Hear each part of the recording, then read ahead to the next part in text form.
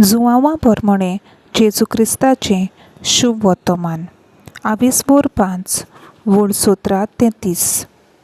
जेजून तांकां म्हणलें, म्हजो बाप अजून पर्यान वावर करीत आसा, तसो हांव वावर करीत आसां।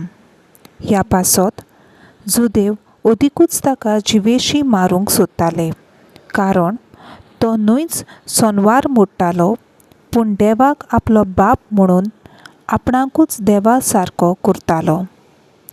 जेजून ताका म्हणलें, खरेंच खरें हांव तुमकां सांगतां, आपणाचेच अस्तोंगी पुताच्यान कांयच करूंक जायना, पूण बाप करता म्हूण जें तो पळयता तेंच तो करूंक शकता, आनी जें बाप करता तेंच पुतूय करता, कारण बाप पुताचो मोग करता आनी आपूण करता तितलेंय पुताक दाखयता, आनी तुमी अजाप जावचे खातीर हाचेंवन व्हड कर्तुत्वां तो ताका दाखयतलो। जसो बाप मेल्ल्यांक उठयता आनी तांकां जिवीत दिता, तसोच पूत आपणाक जाय तांकां जिवीत दिता।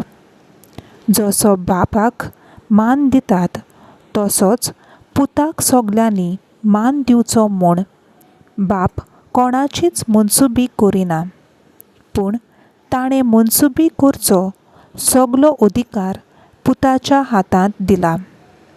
जीं कोण पुताक मानिनात तीं ताका धाडला त्या बापाक मानिनात।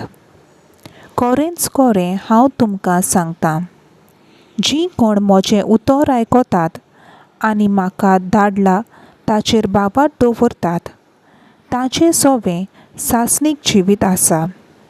असल्यांक आनीक कास्तीचें फर्मोण ना, पूण तीं मरणांतलीं जिविताक उतरतलीं।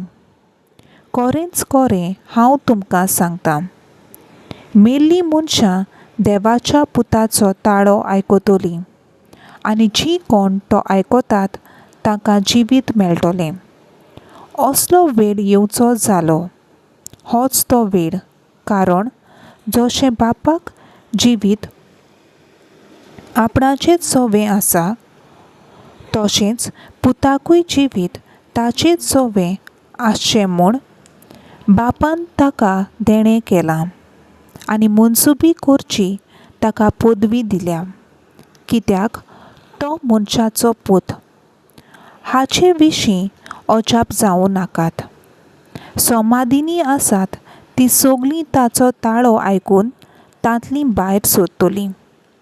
जाणें बरें केलां तीं जिवीत भोगूंक, आनी जाणीं वायट केलां तीं कास्त सोंसूंक उठतलीं। असलो वेळ येवचो जालो, म्हजेच पदवेन म्हज्यान कांयच करूंक जायना। जसो हांव आयकतां तसो हांव निर्णय दितां, आनी म्हजो निर्णय नितीचो, कित्याक हांव म्हजी खोशी न्हय, पूण म्हाका पाठयला ताची खोशी करूंक सोदतां। देवाचें उतर हें देवाचो व्हड उपकार।